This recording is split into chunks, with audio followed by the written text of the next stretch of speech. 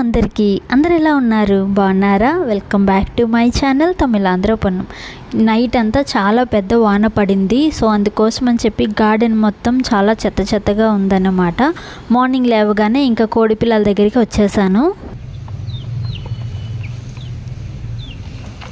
యాక్చువల్గా వీటిని నేను 1 వీక్ నుంచి గార్డెన్లో వదిలేస్తున్నాను. నైట్ టైం కూడా ఈ బుట్ట కింద పెట్టి, ఎందుకంటే ఇవి పెద్దవి అవుతున్నాయి కదా. సో వీటికి ఎక్కువగా నడవాలి, వాటి నేచరే అంతా ఎక్కువ నడుస్తూనే ఉంటాయి. కాబట్టి మనం అలా ఒక కేసులో ఉంచితే అది చిన్న కేసు కదా, వీటికి అలాగా ఒక దగ్గరే ఉండడం వలన వీటికి హెల్తీగా ఉండదన్నమాట. అందుకోసం అని చెప్పి గార్డెన్లోనే వదిలేస్తున్నాను.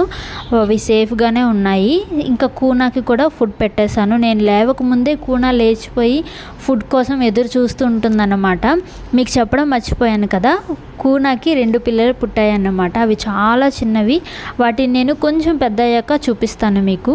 ఇంకా డైలీ వర్షం పడుతుంది కదా, ఈ చెట్లు కూడా హెల్తీగానే ఉన్నాయి.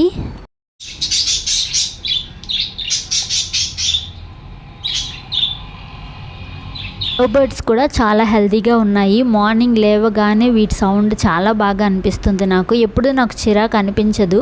ఇవి ఏంటి ఇంత గొడవ అని చెప్పి చాలామంది అనుకుంటారు కదా, నాకైతే అలా గొడవ పెడితేనే నచ్చుతుంది ఈ లవ్ బర్డ్స్. నెక్స్ట్ వీటికి రేషన్ రైస్ నేను వేయడం మొదలుపెట్టాను. ఇవి చాలా బాగా తింటున్నాయి. మార్నింగ్ ఒకసారి అండ్ ఈవినింగ్ ఒకసారి వేస్తాను. మిగిలిన టైంలో గార్డెన్లో కిచెన్లో ఎలాగో నేను యూస్ చేసిన వెజిటేబుల్స్ వేస్టేజ్ అవి మొక్కలకి వేస్తాను కదా, వాటిని పిక్ చేసుకుంటాయి. సో వీటికి స్పెషల్గా మనం ఏమీ ఇన్వెస్ట్ చేయాల్సిన అవసరం ఏమీ లేదు. సో నెక్స్ట్ వీటన్నిటికీ ఫుడ్ పెట్టిన తర్వాత నేను కూడా బ్రేక్ఫాస్ట్ చేసేసాను. ఈరోజు బ్రేక్ఫాస్ట్లోనికి పెసరట్టు ఉప్మా చేశాను అన్నమాట. వీటికి కాంబినేషన్గా అల్లం చట్నీ అండ్ పల్లీ చట్నీ చేశాను. యూజువల్గా పెసరట్టు ఉప్మా చేసినప్పుడు నేను అల్లం చట్నీ ఎప్పుడు చేయను అన్నమాట. పల్లీ చట్నీ కానీ లేదా కొబ్బరి చట్నీ కానీ చేస్తాను. కానీ ఈరోజు అల్లం చట్నీ అడిషనల్ చాలా బాగా అనిపించింది. చాలా టేస్టీగా కూడా వచ్చింది. ఈ కాంబినేషన్ ఒకసారి ట్రై చేయండి, చాలా బాగుంటుంది. బ్రేక్ఫాస్ట్ అయితే అయిపోయిన తర్వాత ఇంకా టైం వేస్ట్ చేయకుండా తొందరగా లంచ్ ప్రిపేర్ చేసేద్దాం అనుకున్నాను. అందుకోసం అని చెప్పేసి ముద్దపప్పు చేద్దామని పెసరపప్పు తీసుకున్నాను. పెసరపప్పు బాగా కడిగి కుక్కర్లో వేసేసి పచ్చిమిరపకాయలు ఒక 3 కానీ 4 కానీ మీ కారంకి సరిపడినట్టు. ఇది వచ్చేసి పొట్లకాయ పప్పు చాలా బాగుంటుంది, ముద్దపప్పు. సో ఇది ఒకసారి ట్రై చేయండి. పెసరపప్పు, పచ్చిమిరపకాయలు, పొట్లకాయ వేసాక టొమాటోలు ఒక 2 వేసేయాలి.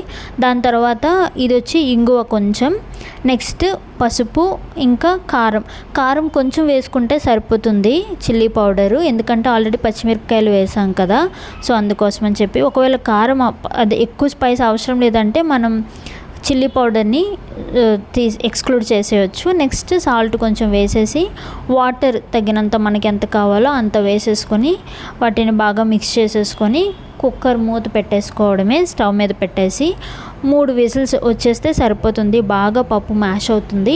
సో ఇదైతే చాలా బాగుంటుంది టేస్టీగా. ఒకసారి ట్రై చేయండి. కుక్కర్ విజిల్ వేసిన తర్వాత మనం తాలింపు పెట్టేయడమే, అదే పోపు పెట్టేయడమే. నెక్స్ట్ ఇది వచ్చేసి దొండకాయ ఫ్రై చేద్దాం అనుకుని దొండకాయలు ఆల్రెడీ కట్ చేసేసాను మార్నింగ్ బ్రేక్ఫాస్ట్ అయిన వెంటనే. సో అది ఒకవైపు అవుతుంది. ఇక్కడ పప్పు అయితే చాలా బాగా ఉడికిపోయింది. దానికి పోపు పెట్టేయడమే, చాలా బాగుంటుంది. ఒకసారి మాత్రం తప్పకుండా ట్రై చేసి చూడండి. నెక్స్ట్ ఇది అయిన తర్వాత రసం కూడా చేశాను. ముద్దపప్పు అండ్ కొంతమందికి రసం కూడా కలుపుకుంటే ఇష్టపడతారు కదా, అందుకోసమని చెప్పి రసం కూడా నేను ప్రిపేర్ చేసేసాను.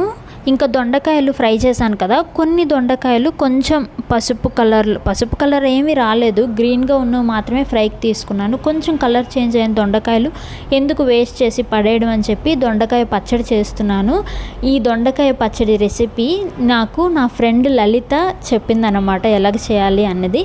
సో అందుకోసం నేను అలానే తన యాజ్ ఇట్ ఈజ్ చెప్పినట్టే చేశాను. చాలా టేస్టీగా వచ్చింది. అది కూడా మిక్సీలో వేసేసాను. ఇంకా పోపు కూడా పెట్టేశాను.